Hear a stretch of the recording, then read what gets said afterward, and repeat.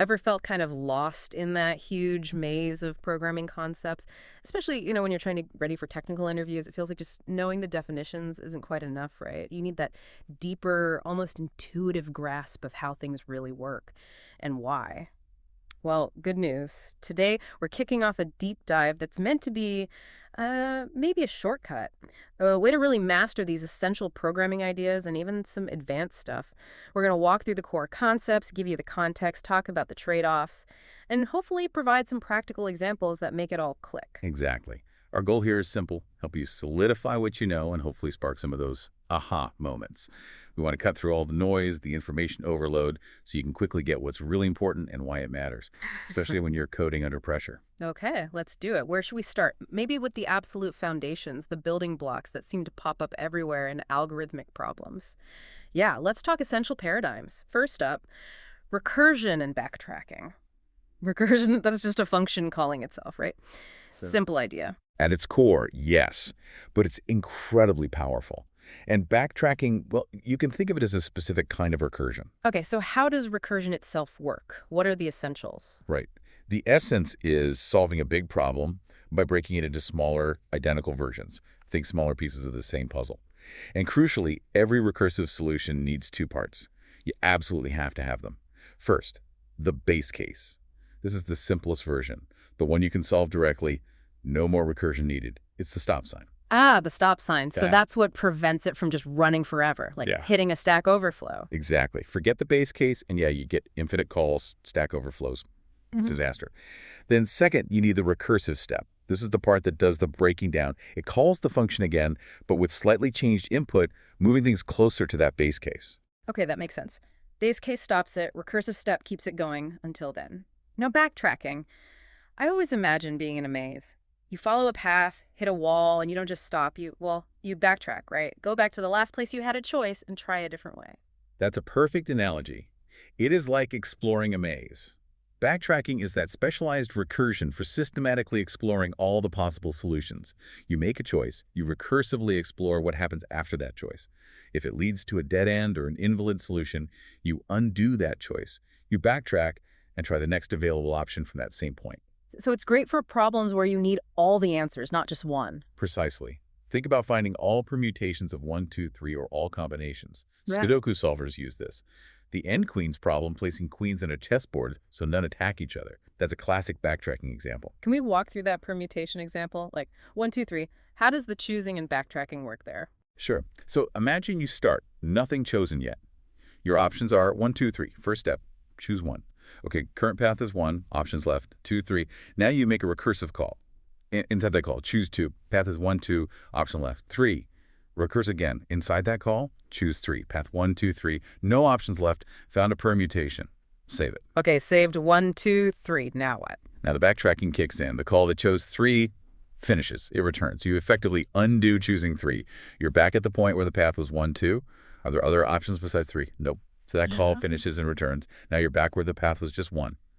We already tried choosing 2. What was the other option from 2 or 3? It was 3. Ah, right. So now you try choosing 3 instead of 2. Exactly. Path becomes 1, 3, option left, 2, recurse, choose 2, path 1, 3, 2, save it, backtrack, and so on. You explore every single branch systematically. That really clarifies the undoing part. Okay, so recursive thinking helps explore paths. Let's zoom out. Lots of problems deal with networks, connections, which brings us to graphs. Things like social networks, city maps, dependencies, these seem fundamental. Absolutely fundamental. And how you represent that graph in your code is a really important first decision. It affects performance.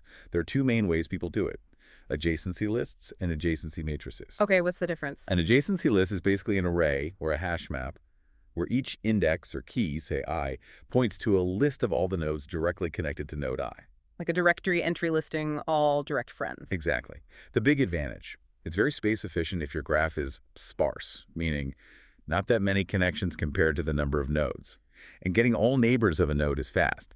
The downside: checking if there's a specific edge between two nodes, say between node I and node J, might mean scanning the list for I, which could take time proportional to how many neighbors it has. So maybe, yeah.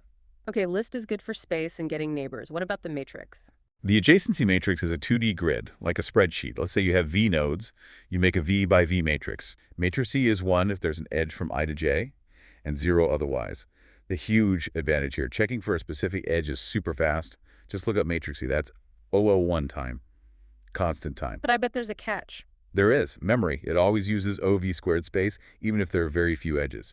So for a huge but sparse graph, you're storing a ton of zeros. Got it. Space versus edge check speed. Makes sense. So once we have the graph represented, how do we explore it? Like find paths? That's where traversal algorithms come in. The two big ones are breadth first search, BFS, and depth first search, DFS. BFS explores level by level. Think of dropping a stone in a pond, the ripples spread out evenly. It uses a queue data structure to keep track of nodes to visit. And what's BFS good for?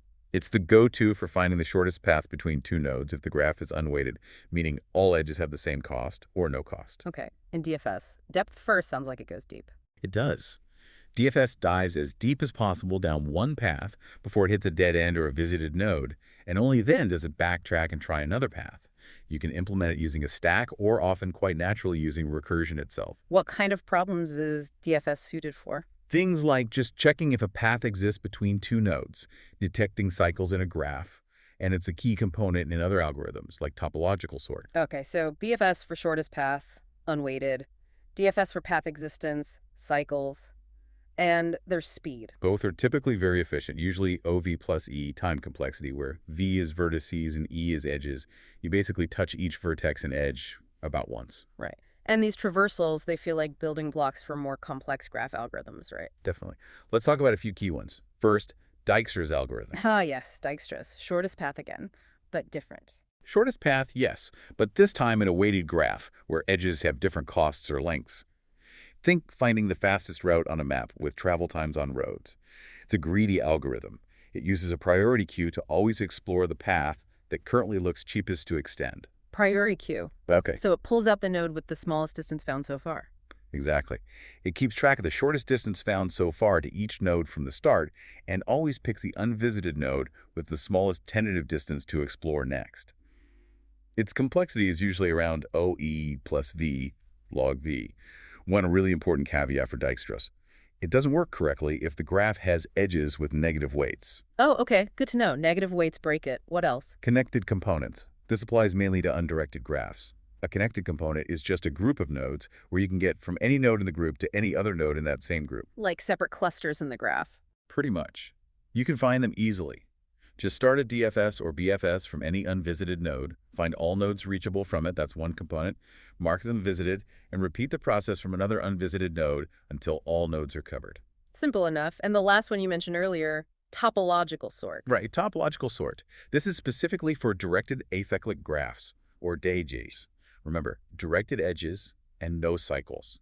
What it does is produce a linear ordering of all the nodes, such that for every directed edge from node U to node V, U comes before V in the ordering. Like dependencies. You mentioned socks before shoes earlier. Exactly that analogy. You have to complete task U before you can start task V.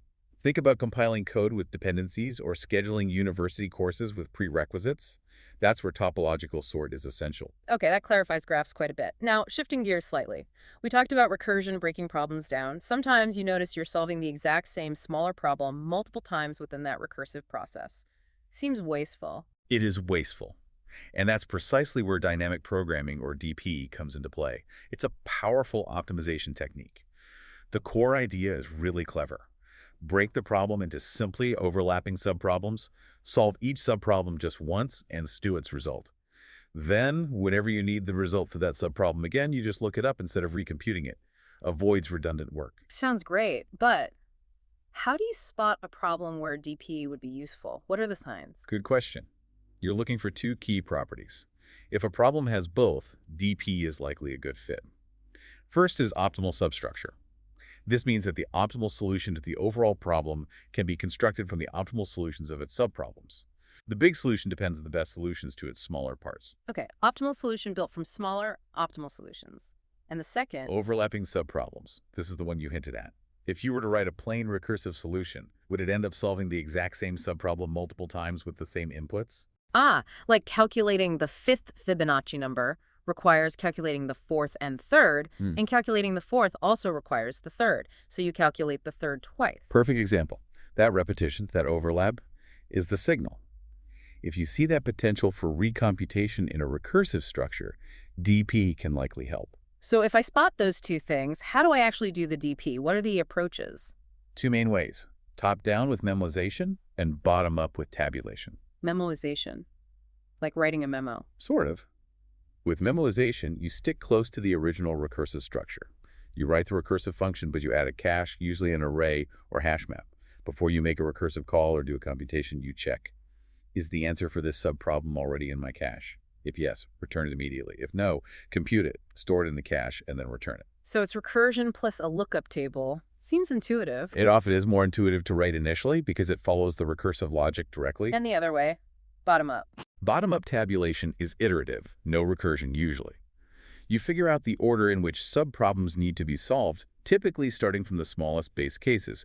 You create a table, like an array or a 2D array, to store results, and you fill it iteratively, calculating solutions for smaller subproblems first, and using those results to figure out the solutions for slightly larger subproblems until you build up to the final answer. So calculating Fibonacci, you'd calculate Fib0, Fib1, then use those to get Fib2, then use Fib1 and Fib2 to get Fib3, and so on, filling a table. Exactly. You build the solution from the ground up. It often avoids the overhead of recursive function calls, so it can sometimes be a bit faster in practice, though the overall time complexity is usually the same as memoization. Okay, DP is about avoiding recomputation using memory. What about problems where you just need to make a series of choices that seem best right now? That sounds like greedy algorithms. That's the essence of it. Greedy algorithms build up a solution step by step. At each step, they make the choice that looks the most promising at that moment, the locally optimal choice. Locally optimal, meaning best right now, without looking too far ahead. Precisely. The hope is that by always making the choice that seems best in the short term, you'll end up with a globally optimal solution for the whole problem. That sounds almost too easy. Does it always work? Just pick the best thing now and trust it'll work out. There's the catch. It doesn't always work. It only works if the problem has the greedy choice property. This means that making the locally optimal choice must always lead to a globally optimal solution. Proving this can actually be quite tricky sometimes. Can you give an example? Like making change. If I need to give 70 cents and I have quarters, dimes, nickels, pennies, I greedily take quarters first, right? 2 quarters, then 2 dimes. That works. It works for standard U.S. currency, yes. But imagine you had, say, a 1 cent, a 4 cent, and a 5 cent coin, and you need to make 8 cents. The greedy approach would say, take the biggest coin first, the 5 cent coin. Now you need 3 cents. You can only use 1 cent coins. So 5 plus 1 plus 1 plus 1 plus 4 coins. Okay. But I could have just used 2 4-cent coins. Right? That's only 2 coins. Exactly. So in that case, the greedy choice, taking the 5 cent coin, did not lead to the optimal solution, minimum number of coins. That problem structure didn't have the greedy choice property. So when does it work reliably? Give us a classic greedy success story. The interval scheduling problem is a great one. You have a list of events, each with a start and end time.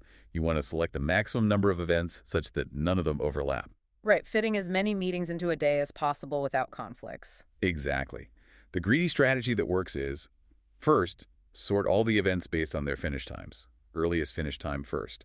Then you go through the sorted list. Pick the first event. Then scan forward and pick the next event that starts after the first one finishes. Keep doing that, always picking the next compatible event with the earliest possible finish time. And that always gives the maximum number of events. Yes. For interval scheduling, sorting by earliest finish time and picking greedily works. It provably yields the optimal solution. Okay, great. So we've covered some really solid foundations. Recursion, graphs, DP, greedy.